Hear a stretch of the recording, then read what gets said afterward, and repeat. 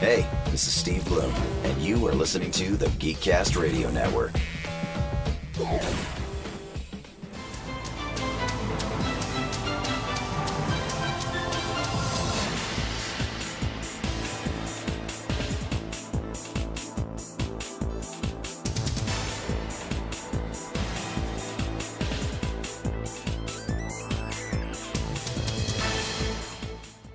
Hello and welcome to Altered Geek Unlimited, episode 88. I'm your host, Steve Megatron Phillips, and joining me this week is... Michael Booth Ninja Powers. Heyo.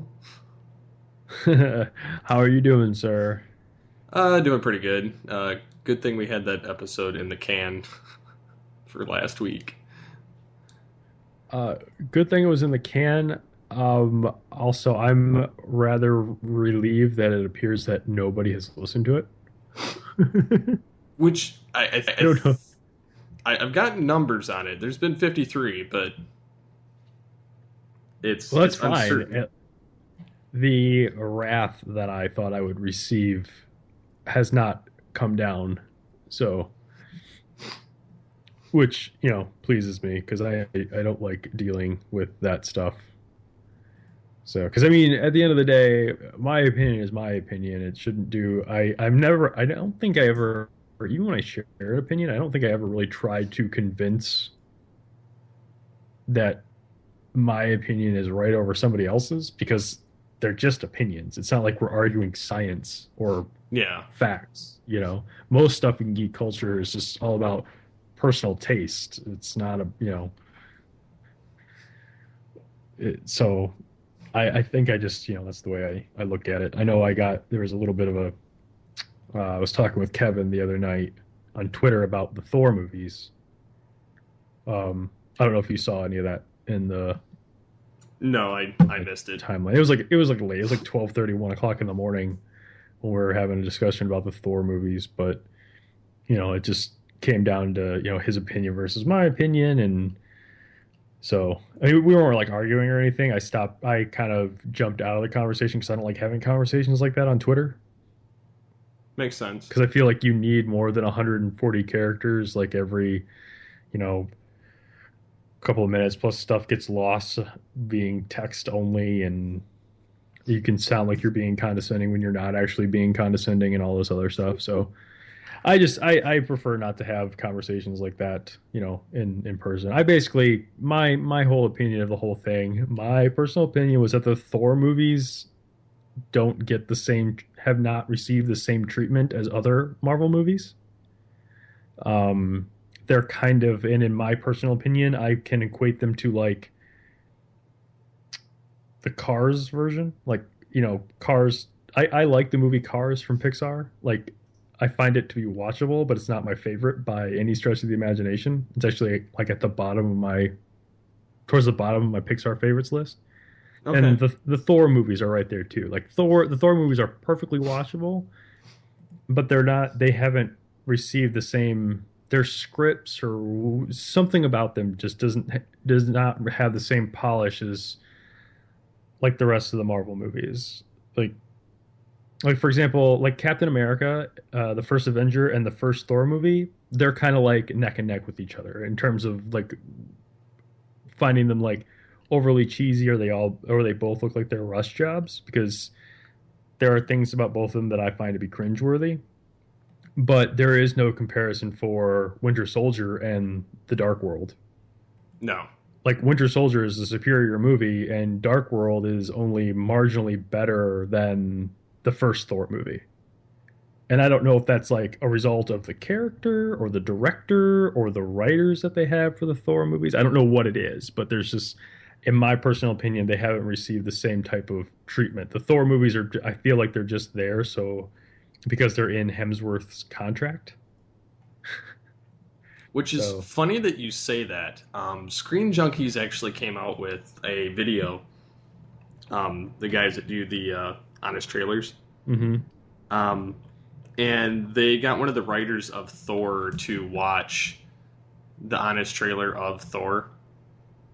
Okay. Which was actually kind of funny because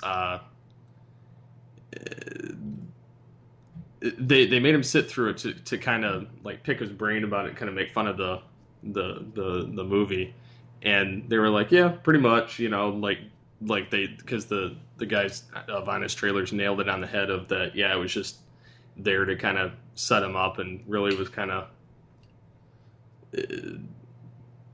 exactly what it was. It wasn't like, it was more so leading up to the Avengers movie. Yep. And he basically admitted that in the video, so it was kind of funny to see that. Yeah, and the first Captain America is the same way. I mean, those movies were both announced at the exact same time. They were both like rushed through production to be out before Avengers, just so audiences knew what these people were. It's just that when it came time to do the sequels, Captain America, I feel like, got the better of the two. And I don't think very many people will argue that Winter Soldier is a better movie than the Dark World. So, but yeah, I was just, that's just like the thing. I was just sharing my opinion, and I kind of bowed out of the conversation, saying, it's like, I'm not arguing over. I'm not like saying that you're right, or that you're right or wrong, or that I'm right or wrong. I'm just sharing. He voiced an opinion online, and I said I'm just sharing my opinion. So, anyways. But yeah, you have a new child, Steve. Yes, I do. How's that treating you? Pretty good. He's, newborn, so he's not going to sleep all that well at night, but he's doing better a week in. Yeah, he was born last Wednesday, 11:45 at night, and then we didn't actually get to go to sleep until like 3:30 in the morning, so I had actually, the funny thing is I edited that interview that we did with Olivia, I think that Tuesday, like the day before, and I put it on my Microsoft OneDrive account. And so while I was in the hospital and there was nothing going on, I connected to the Wi-Fi, downloaded it to my phone, and then uploaded it to the server. And then I had Mike throw together like TFG1, I had him throw together a post, and then I went in and tweaked it on my phone and then set it to publish for the next day. So, because I had a feeling I was not going to be home, which was true. Well, partially true. I did get to actually go home the next day to let the dog out, and I had to record a voiceover for somebody and then do something else. So I was at my computer like 11, 12 o'clock at night that Thursday, but yeah, it was not a very productive week as far as podcasting. But yeah, he's doing really well though, and how's the wife? I think this one's going to take after my hair color, which is actually funny because the other one, my older one, takes after my wife's hair color. So, and how's the wife doing? She's doing good. She didn't have to have a C-section this time, so she's really happy. Good deal. Yes.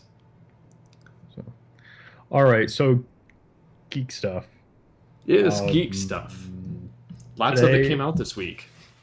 Between yesterday and today, there were some upfronts.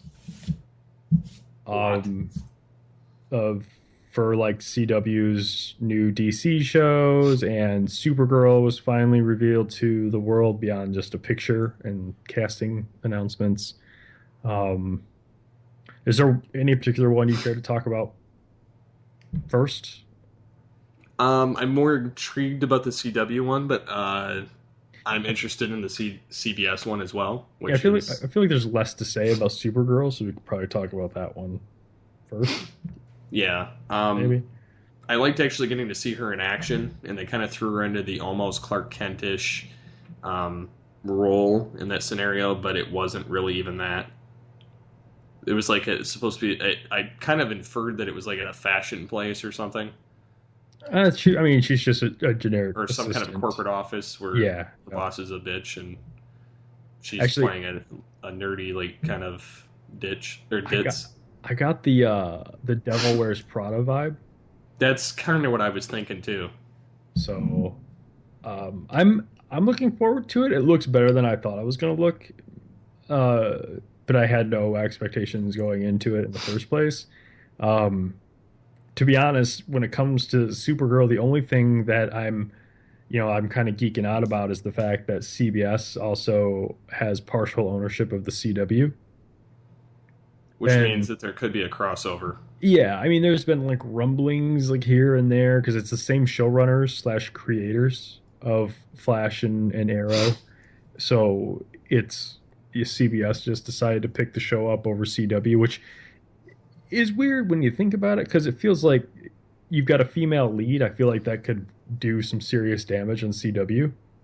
But it doesn't have the visual vibe of CW to it. Like But CW has that certain look to everything they do. yeah, but even this is just taking the. I'm willing to bet it opens up with the same narration style as the CW series. I wouldn't doubt it. Because I feel like it's going to be a CW show on CBS, like with primetime visuals, because this is going to be a primetime show. Oh yeah, So I it's feel gonna. Well, they already said it's gonna butt up against Gotham. yeah. So we'll see how that goes. Maybe it'll force Gotham off the air, but Which is kind of counterintuitive if you think about it, because they're all DC WB properties. yeah, but still competing networks. So Yeah, it'll be interesting to see. That's what I'm holding out hope. I'm gonna watch it in the hopes that it will cross over because I know that if I'm not watching it and they do cross over, then I'm just gonna have to start watching it. yeah. That's just the way that I am. Like I watched Warehouse 13, and then it crossed over with Eureka. So they did it for like they did the Arrow Flash thing where they crossed over for 2 episodes. But I had to stop at those 2 episodes of Warehouse 13 and go watch all 4 seasons of Eureka up to that point, so that I would know. Yeah, just so I would have a better understanding of what may or may not be happening in those 2 episodes. And that's just me. I know that some people aren't crazy like that. So I don't have a problem with any of the casting, or mainly because I don't know a lot of the characters other than Kara and Jimmy Olsen.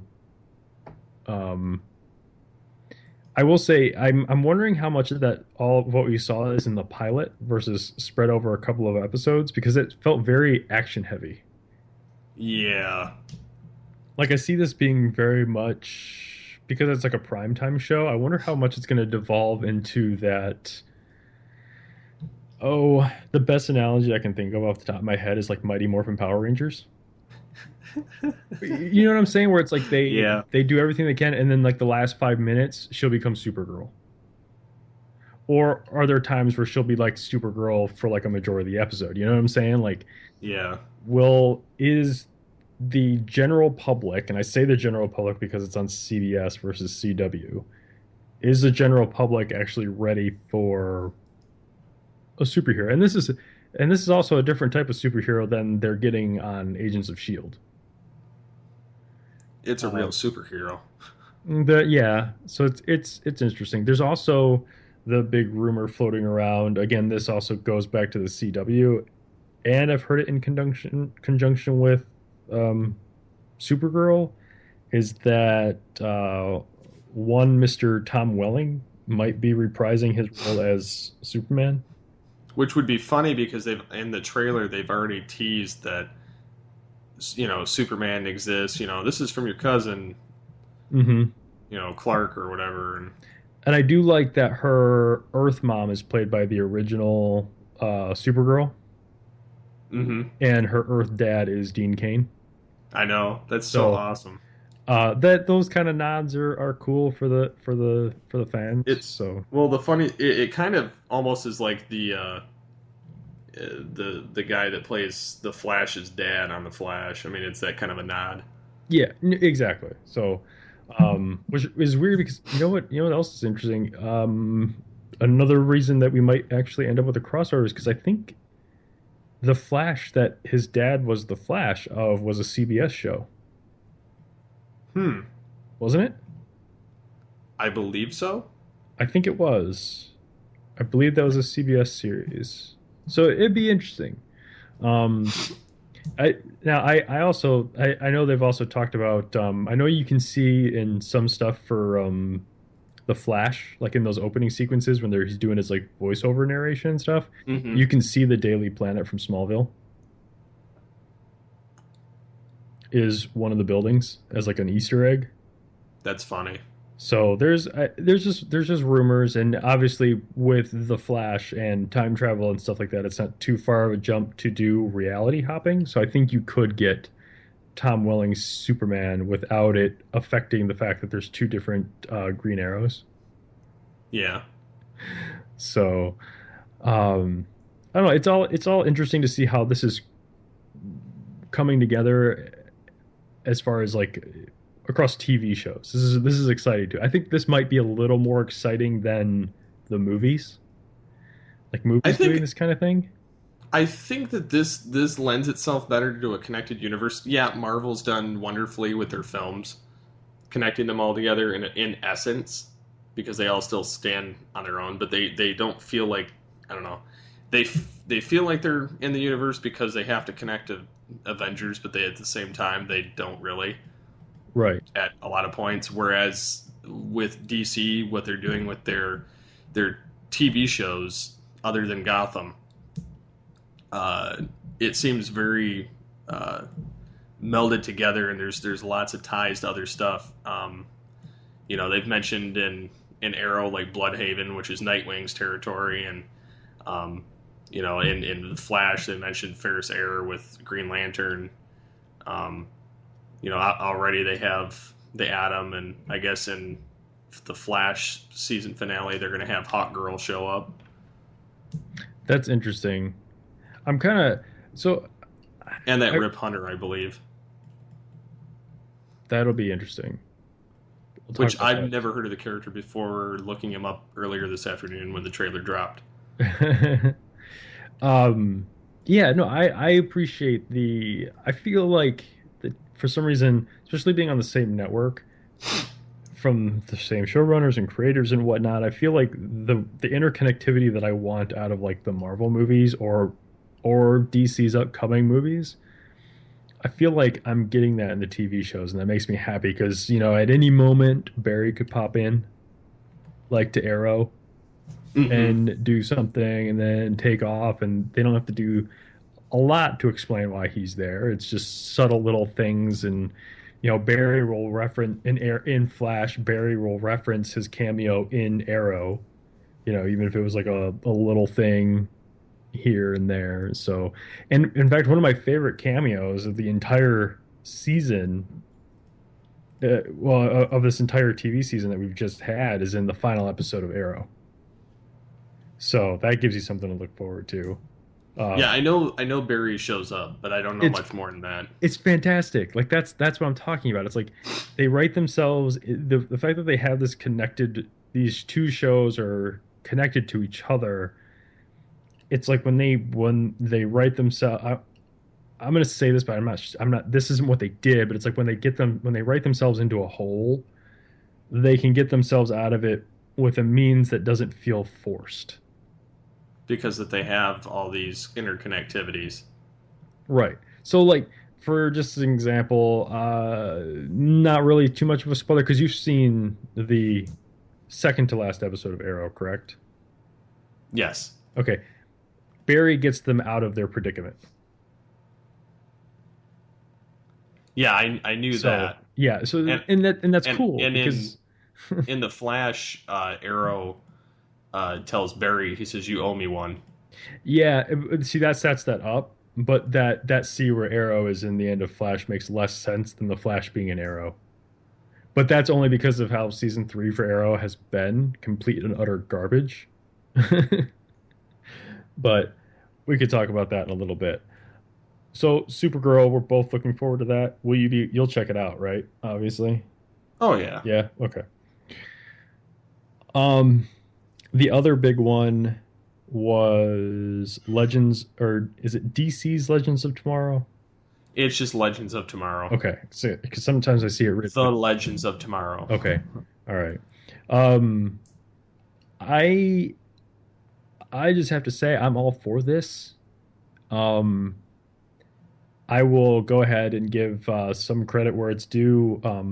My buddy on Off the Cuff, Art Danner, Um, just he predicted the villain like a month ago in our private chat on Facebook for Off the Cuff.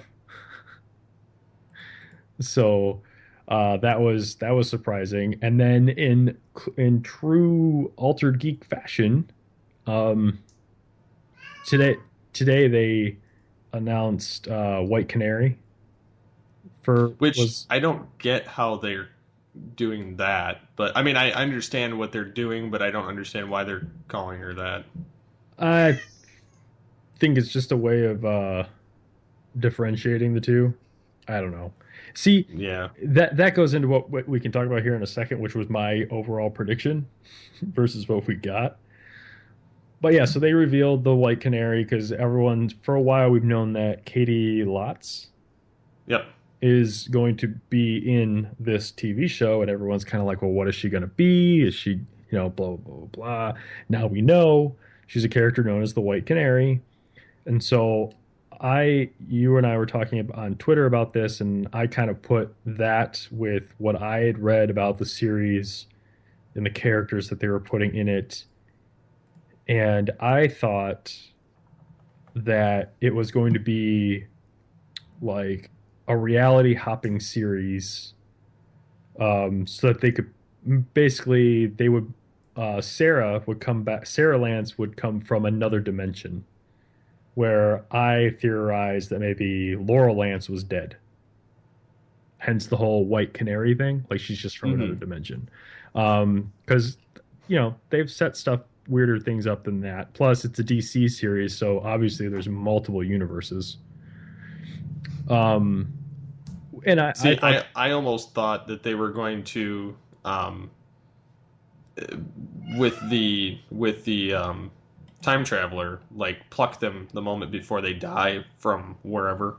now see, that's another interesting thing too, because the comic that I told you about, the X-Men comic Exiles, that's what happens when the characters are about to, I believe it's when they are about to die, they are unhinged from time and they're put on this team, and there's always like five of them. They're all these random characters are thrown together on a team to travel to different universes to correct what's wrong with said universe.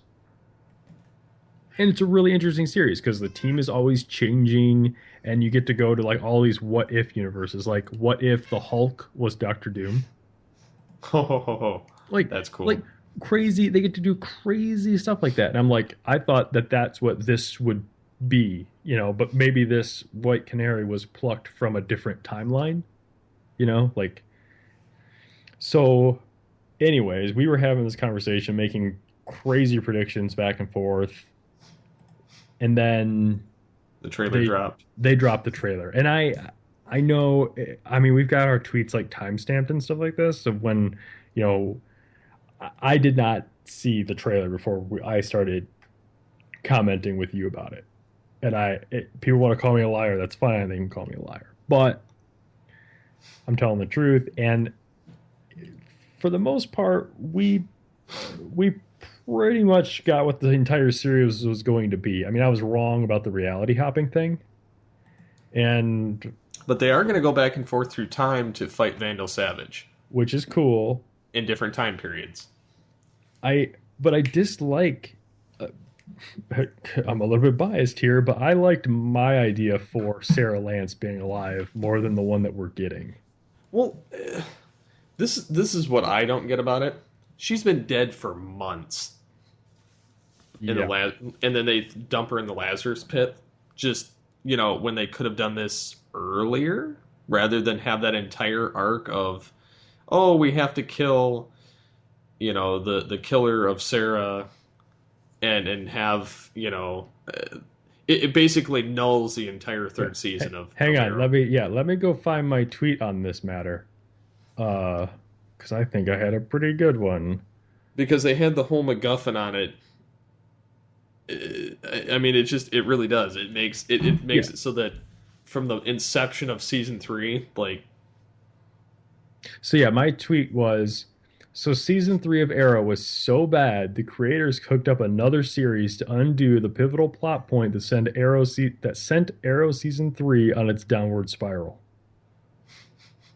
Like this to me is like, you have in basically, okay, Marvel's Civil War, right? You have the issue where Peter reveals to the entire world that he's Spider-Man, right? And it's this, Yeah. oh crap moment. Well, later on in a later book, something crazy happens in a Spider-Man book that resets time. And so now he gets his secret identity back. Like it undoes the biggest pivotal moment, one of the bigger pivotal moments of Civil War. Well, I mean, hell, they could have almost had that Rip Hunter guy go back in time and then stop Thea from shooting her, and then, or Barry could have just ran back in time. Of course, there are things here that we're kind of like, we're assuming that all this stuff happens chronologically, right? Assuming, yes. And again, we're dealing with time travel here, so who's to say they don't jump back to that moment in And get her right when she's dead. yeah, like When they're about to bury her, they go dig her up right then and bring her. yeah, like who? Well, I'm not saying like they do. I'm saying like maybe the time traveler does. Yeah, which would make sense. I mean, there time. See, the crazy thing is we're thinking of time the way most humans do, which is chronologically, and we're thinking of this series as being, laid out chronologically as well. When now they're throwing in the whole time travel thing. I mean, they've done it with Barry, but they've never done it with a guy that can do it at will. So it's going to be interesting to see where this picks up, and so I'm looking forward to this because it looks funny. First of all, and any opportunity I have to get more Barry Allen Yes. is fine by me. Well, I don't think he's going to be a major part of the team. I think he and Arrow are going to both kind of jump in here or there.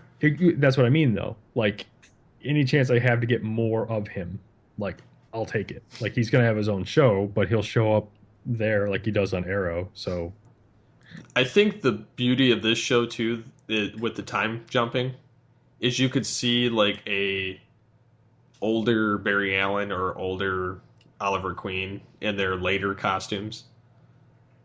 Like their finalized costumes at some point, even before they are in their regular show. yeah, and this also gives us a way of seeing, again, I said it before, a way of seeing, Mr. Welling as Superman. I mean, it doesn't even have to be the Superman from Smallville. He could just be playing Superman. Yeah, which would be cool. So, I mean, maybe he'll actually put the suit on this time, right? Since everybody else is. Yeah. But I liked how they showed the Atom shrinking down, and then they had, the one half of Firestorm. Yeah, that's really weird because Robbie Amell is not listed in the cast. Which means that you won't see Firestorm. But unless they say... he guesses. Right, but they also say Firestorm is part of the team in the trailer. Yeah. Which, I don't know if you noticed. Did it... I just rewatched the episode tonight, the end of the most recent Flash, and I feel like Robbie Amell doesn't talk. Like Firestorm does not talk in that fight, and he doesn't. I know they reused the same scene of him landing twice. So I'm actually wondering if he was even like there. Oh, I know he was there because I saw a behind the scenes footage of the three of them. Okay, all right. Well, I mean, I saw that a couple months back before they released this episode. Okay, because it just felt really weird, like he was added in because he couldn't be there at the same time or something. I don't know. It just felt really weird. So, so there's that. There's Hawk Girl, which I'm kind of bummed that they didn't go with. I mean, I looked it up after I had this conversation with you, and I had it again with Danner, and I was like completely off. But I was kind of bummed that they didn't go with the Hawk Girl that I thought that they were setting up in Arrow season 1. There's the narcotics detective that Oliver goes on a couple dates with. Okay. Her name is McKenna Hall. Um, I thought that was like a subtle nod to uh, Hawk Girl at the time. Or like, this person could eventually become that. But there's this new one is like a Kendra Saunders is the name of the character. Like it's not. See, when I think of Hawk Girl, I think of Shayera Hall. Yep. So it's interesting that it's not, that. And at first, when I saw like when I first time, I'm like, well, maybe before I found out the name of the actual Hawk Girl that's in the show, I was like, well, maybe they're like sisters. Like, one's named McKenna Hall and the other one's named Shayera Hall, but that's not the case. So That would be cool. I'm interested to see how Captain Cold and Heatwave play into the whole thing. Yeah, I know, 'cause being that they're villains. But see, I think this goes back to the whole like, and they kind of address that in the trailer, which is you're not heroes or villains, you're legends. You're legends. So he's just trying to create a team to help him accomplish his goals. So, And Adam is so raw too. I will say this in the trailer: if you choose to watch the trailer for Legends of Tomorrow, if you haven't watched it yet, I do not suggest watching it until you've finished Arrow, because there's like a super mild spoiler. Well, he explains something. Yeah, but still, it's like a mild spoiler if you haven't seen the last episode of Arrow. I mean, I don't think it hurts here Legends of Tomorrow at all. I'm just saying, like, it kind of Hurts Arrow. takes one of the moments out of Arrow and devolves into like a spoiler snippet in a trailer, which kind of takes away some of the sting, I guess. So. Mm-hmm. So again, looking forward to this too.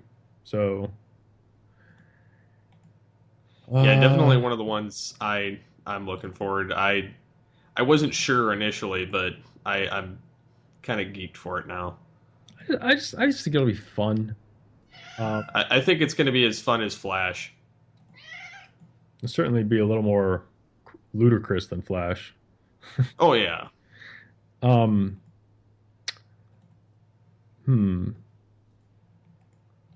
Is there anything you want to talk about before I vent a little bit about Arrow? I know Diggle's supposed to get a mask next season. See, I don't even care about that. It's a minute thing. See, Diggle's the only person. Sorry, I don't mean to interrupt you here, but real quick, Diggle's the only person that came out of season 3, like, realistically. Like he's been affected. Yes. So there's character development there. For Diggle alone, like, and that's yeah. it. Like, and maybe Ray, but nobody that like Felicity is actually from Arrow. Yeah, like Felicity doesn't have any. Laurel, nothing was earned with Laurel. She became a fighting person. That's it. Anyways, I'm sorry. I didn't mean to interrupt you. We can go into all this like in a second. But what did you? Yeah. It's a different thing altogether. It had more so to do with the Agents of S.H.I.E.L.D. thing, but we can talk about that and come back to Arrow. Okay. I the only thing, like, I liked the finale, but it kind of was lackluster compared to the previous season finale, in my opinion. Yep. I felt like I should have gotten more out of the situation, and there really wasn't anything there. The only thing that really happened was, and sorry if you haven't watched it, but Coulson gets his hand chopped off. Which is like nothing. Like, which they're like, oh, what happens to everything in phase 2? Somebody's always losing a hand. It's like, okay. That just left me wondering with, okay, is he going to get a prosthetic? Is he going to get, Kree blood and grow it back? Is he just going to be gimpy for the next season? Who knows?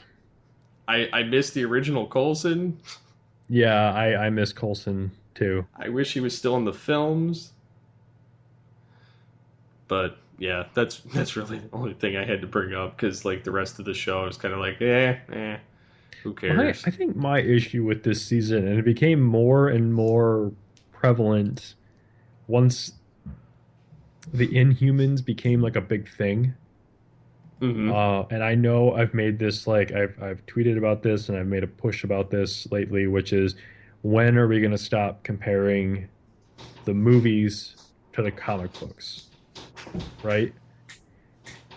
Yeah. And so I feel like kind of a hypocrite for saying this, but we know that they're making an Inhumans movie, and the rumor is Vin Diesel has been cast as Black Bolt. I mean, that's a big rumor, but and it would be a funny one because he plays Groot, who can only say one line, I am Groot. and then he's going to play a character that when he speaks, he destroys everything in front of him. So it so it's a big rumor. I mean, the rumor or the role of Black Bolt has not been cast, but a lot of people think it went to Vin Diesel. They just haven't announced it yet. So at any rate, Black Bolt in the comics is the leader of the Inhumans. Okay. My issue I had with this with Agents of Shield when the Inhuman storyline became more involved than just a couple of people, when you actually started seeing their entire society. I I felt like, and I had a couple of conversations with my friends about this, is like, is it just me or does it feel completely wrong for people to be making decisions without even mentioning the name Black Bolt? Like, be making decisions for Inhumans as a whole without Black Bolt or even mentioning the name Black Bolt, because he's supposed to be the leader of the Inhumans, like on high. So, I mean, and so I'm willing to write it off. Maybe Black Bolt isn't the leader. I don't know. But what I've started to think was, I don't think this group of Inhumans are part of the Inhumans that we know and love from the comics. For those, These are just like a ragtag band of just leftovers.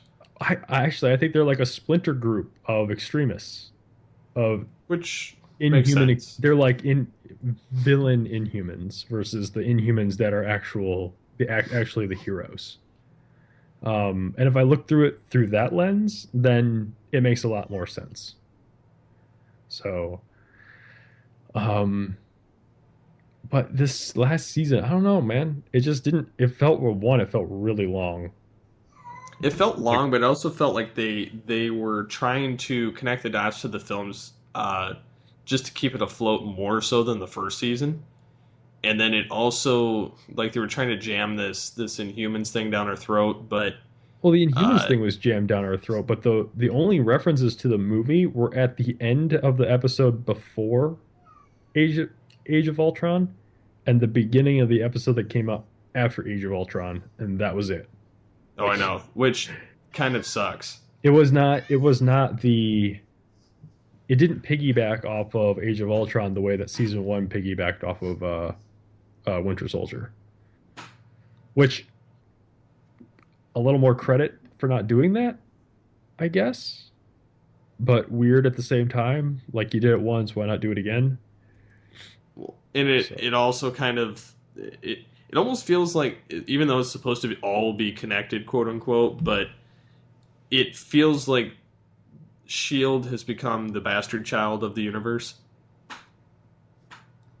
yeah, I'm just so confused by a lot of things, and I don't think it'll ever come to light, because the only way it'll ever come to light is if I see the heroes find out that Coulson is still alive.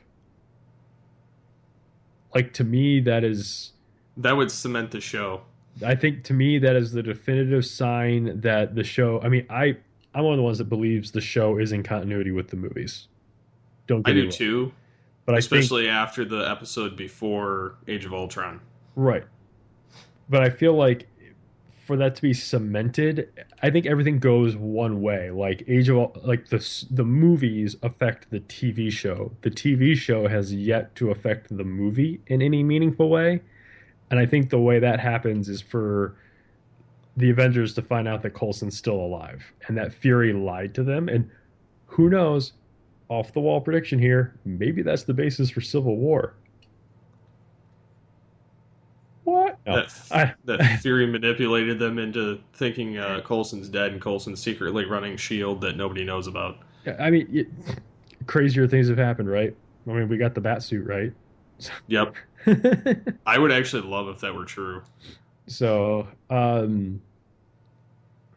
don't know. I just felt like this season felt really long and meandered all over the place. It was a lot like Arrow. It just kind of meandered all. It was. I don't feel like it knew what it ever. I don't feel like it ever found its footing. Like production wise, I liked it better than the first season. Like, on a whole, I think it was just as good as like the end of season 1, but I don't think it ever became better than the end of season 1. No, I kind of agree with you. But they did introduce some cool characters that I like, and I'm really bummed that, like, was it Fitz? That Fitz never. Simmons. Well, oh, Fitz is the one that was lost his memory. Yeah, I was really miffed by that at the beginning of the season, and I was hoping he seemed to get it back. Well, he got it back when it served the show. Like, that's True. one of the things that I noticed, like, in the last episode. It's like, oh, wait, so now he has no problem communicating? Like, when did that happen? Like, I don't know. I feel like it's just somewhere in the last, like, 5 episodes, it just stopped being an issue. Like, I wished it would have come out of, like, the Terrigen Mist or something had fixed him. Or one of the Inhuman doctors had fixed him or something. Instead, it looks like it just disappeared, or it's something that just comes and goes as it's dramatically necessary. So, which again takes away from the whole thing anyways. What about Gotham's end and the not like the rest of Gotham, but just like the last 10 minutes of the season finale, and then the fact that they've basically said Mr. Freeze is coming next season, and then the origin of the Joker. I can't talk about Gotham because I don't watch it. Okay. I stopped at like the winter break, which is like 2 episodes after Harvey Bullock became Gordon's best friend. Oh, okay. Because I didn't buy that character turn at all. Oh, they're still backstabbing each other throughout the season, so. But I don't know. And the whole precinct scene with Zaz, was it Zaz? Mm-hmm. Yeah, yep. I didn't buy that at all. Like they would have just shot him. I couldn't. There was something about that episode and the one right after it where Harvey became like his best friend. Like, I just couldn't. I couldn't get past the show treating me that dumb. So I was like, nope, we're done. I considered doing it when they cast the Joker as one of the actors from one of my favorite shows, Shameless. I thought for a second about watching to get caught up so I could see that episode, and I was like, no, not even worth it. So I can't really talk about Gotham. You can, but I can't. Do you care? No. Okay. Anyways, Bruce and Alfred basically find the hidden door to the Batcave. In the end. Okay. He finds a picture that has some location of something. He finds a little push button like garage door opener type thing, real thin. And Alfred's like, don't press it. And he's like, I have to know what my father was hiding. And then he presses it, and the fireplace opens up, and there's a stairway that goes down.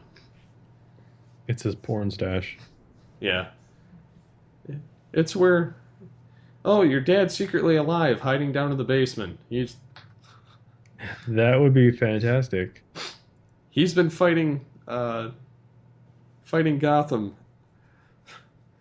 No, Yeah. they're gonna find his dad's corpse down there or something. Wearing the bat suit. Um, that would just be wrong, but it'd be hilarious if if it happened. So yeah, and then the Riddler and Penguin, like Penguin's finally the crime lord of Gotham after knocking the opposition, and then uh, who is it? Riddler is having a mental snap with riddles, so I think next season he's going to be bad too. No. Yeah. Well, it's extremely like I don't know. Some of it's like really stupid how it played out. Um, but yeah, the only thing I worry about with not with Gotham because I don't know how that's going to go next season. With the guys that are doing Supergirl, doing the Legends of Tomorrow, the Flash, Arrow aren't they stretched pretty thin as it is? Because I mean, you can see that Arrow suffered because of it. Pretty thin with what? As far as like, do you think it's going to hurt the stories overall and the shows separately because they're working on so many of them of No. the same universe? No. I don't think so. I think kind of like what we talked about earlier, one feeds into another. Like what happens in Flash gives their reasons for there to be metahumans, if you will, in Arrow. Um, and vice versa. I don't know. I feel like it opens up. It gives them more. It gives them more room to play around as far as telling stories goes. I don't think. I think they need to stop treating characters like characters that they're not. Like Arrow is not Batman. Um, Which I wish they'd say that in the show. I'm not Batman. I want to know why. Just a quick aside here. I want to know why Batman is the one that can't be put on TV. I don't know. There's like some kind of an embargo on him because like uh, even later on, like they started like in Justice League. The reason why the Joker only showed up so many times is because they had like, or not the Joker, the other characters, is because they had some kind of a bad embargo going on them because they had uh, plans to use them in some of the movies, so they wouldn't use them in like Justice League or whatever. And then the same thing kind of happened in various animated series later on.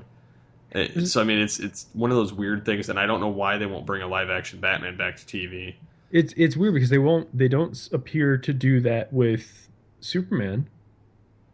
I mean, Smallville was on TV while when the Brandon Routh Superman came out. Um, and they're putting Superman in some form on the screen again for Supergirl. I feel like there's for some reason I feel like Batman is the only DC character that just doesn't get put on TV, and I would like to know why that is. Like as far as like were they just too scared by the Adam West version that they'll never do it again? I don't know. I really wish that they would bring him back. I think it would be great as a serialized show. Yeah, I don't think it should be an ongoing because I think that it could get hurt that way. Point in case, Gotham. Well, hold on. I don't think you can compare a Batman show with Gotham. I know Gotham's terrible. I'm just saying, like, Gotham is terrible because you're never going to get that payoff. Yeah, Whereas Batman, if it was an actual Batman show, I feel like you would. see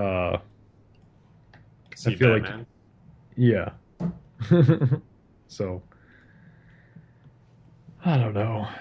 I mean, I would love to see him, even if it's like as a brief part where he shows up in Arrow from time to time. Like as he shows up in their like dire need type thing. He doesn't even need to do that. It could just be like the simple things, like put him on the screen, like Or have Bruce Wayne. yeah.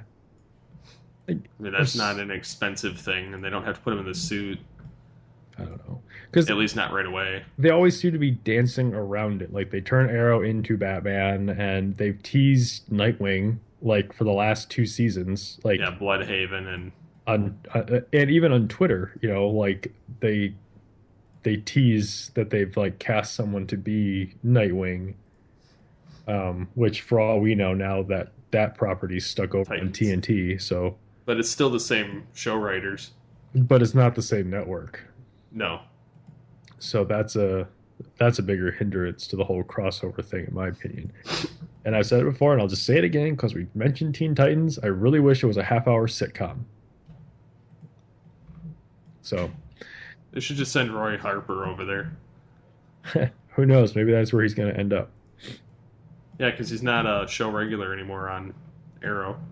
So, I don't know. I guess I don't need to really talk about the end of Arrow until you've actually seen it. That way we can have like a more complete conversation.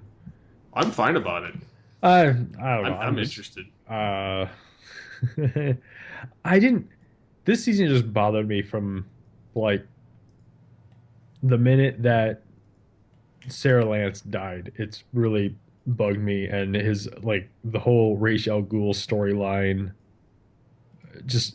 the whole thing bothered me. And the first like season, the first two seasons, I felt like everything was kind of like all the characters like earned everything through the course of watching the show and seeing how the characters progressed, and you get to see how they became what they became. But this season, it just went back to cool stuff happening for cool just because it was cool, and that made it bad.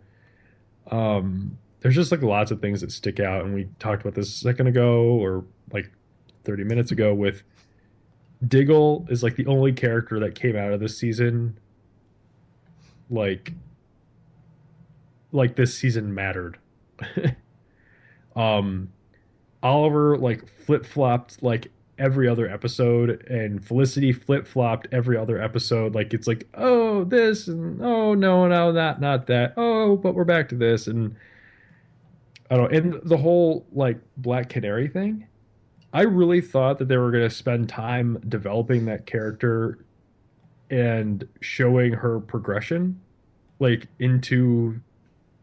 We kind of missed out on Roy getting his training, but his stuff happened off screen, right? In between seasons. And not only that, he had street smarts to build off of. Whereas Laurel did not. No, and so there, I was like, oh, we're gonna get to see, over the course of the entire season, we're gonna get to see how this unfolds. Well, that's not what happens. Black Canary is just kind of crammed down your throat because they killed the Black Canary that everybody liked. And not only that, I kid you not, I believe it's the third to last episode, Laurel gets bested by a thug in an alley while she's doing her training with Nyssa. That just seems so unreal. I could, but in the next episode, she's taking on 5 members of the League of Assassins by herself. Yeah, doesn't make any sense. Wait a second, hold on, and that's what I'm talking about. Like, they were just putting people in cool situations for the sake of it being cool, not because the story had led them there. It's like, oh, we need this type of thing to happen now, so it's just going to happen. And that really annoyed me, especially after the first 2 seasons. It felt like took such care to make sure that every story beat led to a change in the characters. And the end of this season just feels so forced. Now with that said, I'm ready to write off season 3, and I mean I'll be watching season 4. Like, I'm not going to give up on it. Just because I feel like now with the possibility of the Legends of Tomorrow crossovers. Well, there's that, and the whole the way that they forced the ending to this season. First of all, it felt very much like it could have been a series finale and not a season finale.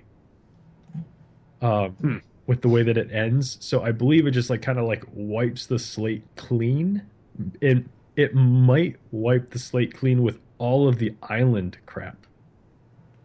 I don't know. So they might get to start like with a fresher direction with season 4 than they've been able to the last 3 seasons. Well, they still don't explain his season or his year, 4 to 5 on the island. Well, maybe they won't do that because people have been complaining about the flashbacks all through season 3. So maybe they just found a way to do away with that crap. That would be nice. It'll be interesting to see what happens.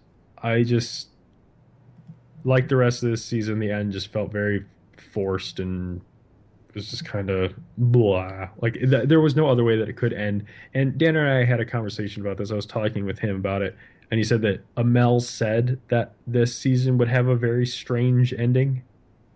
Like it would feel very weird.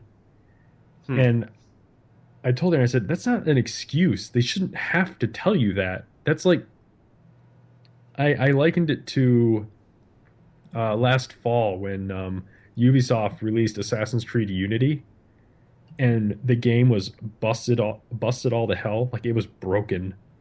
And they had to issue like apologies. And when they did their reveal for the next Assassin's Creed coming out this fall, they like prefaced it by saying, we learned from our mistakes from Unity. And so it's, we've learned from that and we're not going to make the same mistakes again. It's like, you shouldn't have to say that. You should never have released a product to where you have to make those kind of statements. Like, you shouldn't have to offer me incentive. I'm sorry. Your show should be enough of an incentive for me to want to watch it. You know what I'm saying? Like, it shouldn't be, you shouldn't be like in the middle of the season being like, we know we screwed this up. Just stay with us through the end. But when we get to Comic-Con and we show you the trailer for season 4, you'll love it. Like, you shouldn't have to say that stuff. Like, just stand with it and just let it ride. But not even that. I mean, I'm saying your stuff should be good enough. That's what I'm saying. Like, yeah, it should be good enough that you don't have to deliver statements like that. Like, please stay with us. Like, they shouldn't have to plead for people to watch your show. Your show should be good enough for people to want to watch it. So, Amel coming out and saying, yeah, it's going to be a really weird ending given the way the rest of the season went. That's dumb. Like, especially since you're not doing that in the show, you're doing that as the actor. Like, as you're not doing that as Oliver, you're doing that as Steve Amell. So, but I don't know. At least Deadpool looks promising. Here's the funny thing about Deadpool. This is all I'll say about it. Even if that movie's a piece of crap, don't you think that's just going to add to it? I think it's going to be great, just because it's just going to be fun. Well, no. I agree. I'm just saying. But even if it's a piece of crap, don't you think that's just going to add to what the movie is? Yeah. Like, even if it's bad, it's still going to be good because it's bad. Like, because that's kind of, it's like a very Deadpool-esque. Yeah, it's a very Deadpool-esque thing, or a way to look at it, I guess, is what I'm saying. So, but I think especially him trying to murder Mario Lopez again. So I guess that's all I've got for this week. Yeah, I think that's all I'll leave it at. There's other stuff I could bring up, but we'll just save it for next week. Give us some incentive to talk about something then. So, if there's any kind of comments, questions, suggestions, be sure to let us know on the website, geekcastradio.com. Of course, you can send us email, feedback@geekcastradio.com. You can get a hold of us on Twitter @Altered Geek. Just so people know, we are also on Blog Talk Radio. That's very new.